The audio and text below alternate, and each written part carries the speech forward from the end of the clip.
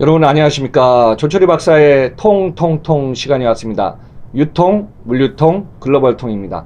자, 오늘의 테마는요, 한국, 중국, 일본 일일 생활권에 대해서 제가 유통, 물류, 소비에 대해서 종합적으로 설명을 드리겠습니다. 전 세계에서 어느 국가든 간에요, 가장 과거에 보면 제가 30년 경험에서 보면은 올림픽을 하고 나서, 박람회를 하고 나서 소비가 커집니다. 자, 대표적으로 일본 먼저 보겠습니다. 일본은 1964년에 도쿄 올림픽을 시작하면서요, 일본의 신칸센이 개통하기 시작합니다.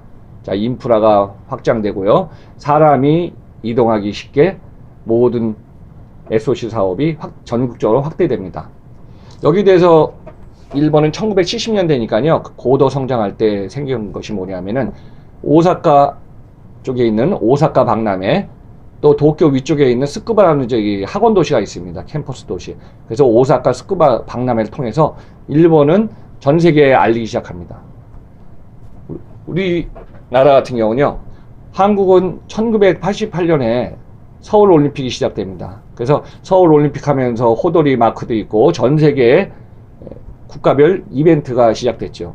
그리고 나서 1993년에 대전 박람회가 있었습니다.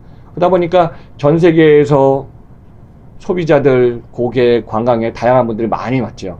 그리고 최근에는 뭐 여수 박람회까지 해서 다양한 박람회 이벤트가 많아졌습니다. 그러면서 우리나라는 1988년도 제가 기억으로는 그때가 우리나라 1만 달러 시대였습니다.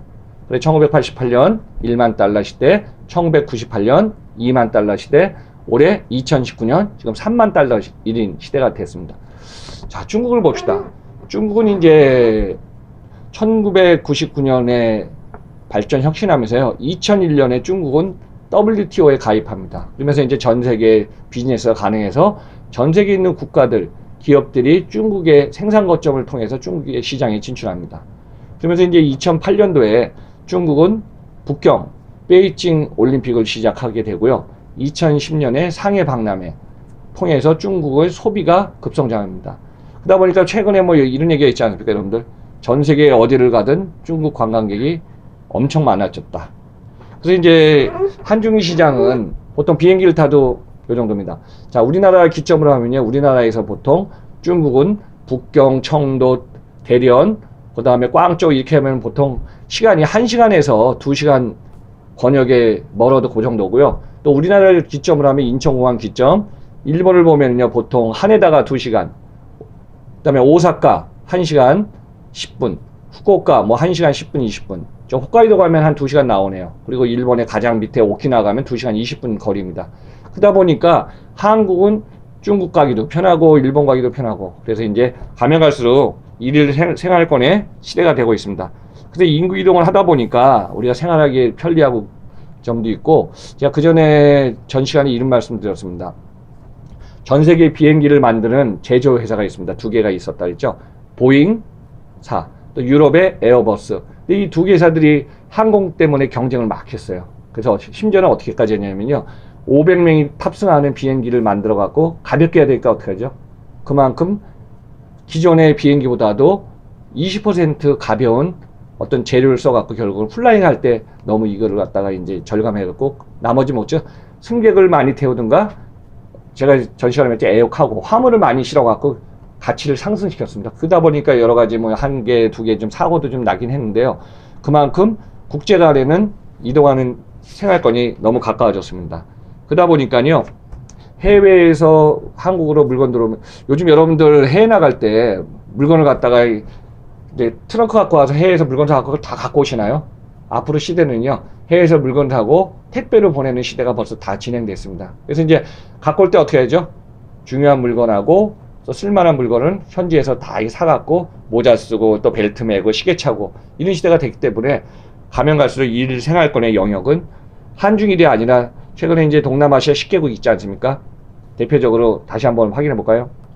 싱가포르, 인도네시아, 말레이시아, 베트남, 라오스, 미얀마, 필리핀, 그 다음에 캄보디아, 그 다음 브루나이라는 나라가 있습니다. 제가 3년 전에 브루나이를 갔는데요. 좀 초청 강연하면서 차관들하고 미팅하고 또 대사관들하고 식사를 했는데요. 브루나이 같은 경우는 인구가 43만 명밖에 없습니다. 그 당시에 제 기억으로도 1인당 GDP가 3만 달러가 훨씬 4만 달러 정도 됐거든요.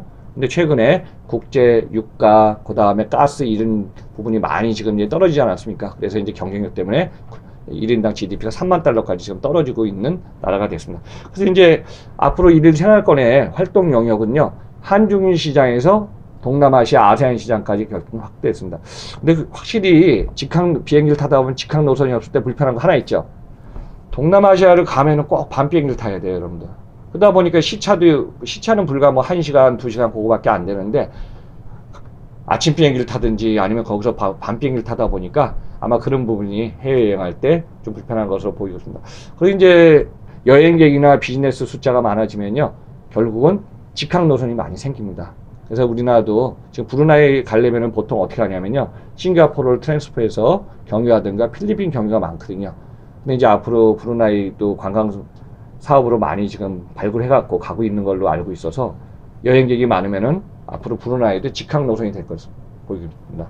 그 옆에 브루나이 옆에 여러분들 유명한 관광지 있지 않습니까? 전 세계 3대 선셋이라고 유명한 코타키나발루. 저도 거기 가봤는데요. 뭐 그냥 일몰일출하니까 그 광경은 아주 멋지더라고요. 그래서 이제 우리 일일 생활권의 영역이 그만큼 확대됐습니다. 여기서도 중요한 거는요, 그만큼 시장이 커지다 보니까 국가 간의 총 GDP가 엄청 좋습니다. 그래서 제가 그거 5개 국가 탑5 데이터에서 한번 2018년도 전 세계 국가 총 GDP입니다. 역시 미국 시장 크네요. 미국이 19조 달러를 넘어섰고 1등입니다. 또 중국은 뭐 시장 규모가 그렇게 크다 보니까 중국 2등 12조 달러까지 올라섰습니다. 자, 인구도 1억 이상 되지만은 일본이 3위로 올라섰습니다. 5조 4천억 달러입니다. 자, 4등 독일 3조 7천억 달러. 마지막 5등은 프랑스 2조 6천억 달러입니다. 자, 우리나라는 지금 12위를 차지하고 있고요. 우리나라의 총 GDP는 1조 5천억 달러로 시장 규모는 계속 좀 커져 왔습니다. 그래서 앞으로 여러분들이 여행을 가시든 해외 사업을 하더라도 관광객들 우리는 나가지만 어떻죠? 중국이나 해외에서도 관광객이 많이 들어오지 않습니까? 자, 제가 마지막으로 이런 재미난 얘기 하겠습니다. 중국 사람이 한번 몰리면요, 엄청나지 않습니까? 그래서 옛날에 뭐 어떤 드라마를 보고서 중국의 관광객이 4,000명이 온 적이 있습니다. 그랬더니 우리나라 치킨 맥주 유명하지 않습니까? 그래서 인천공항에 딱 내려갔고요. 치킨 맥주, 생맥주 해갖고 4,000명을 딱 했는데, 어떻게 생맥주 4,000잔을 갖다 한 번에 보급하기 쉽지 않지 않습니까? 그래서 그 조달이 안 됐다는 얘기도 좀 들었고요. 또 부산 같은 경우, 제주도 제가 이제 출장 가더니 강연할 때 거기 현지에 있는 분들 그런 얘기 하더라고요. 부산에 옛날에 이제 카페리나 유람선이 오면 그냥 보통 내리면 1,000명, 2,000명이 한 번에 내린대요. 처음에는 대응을 못해갖고 호텔에서 그 식자리에 있지 않습니까?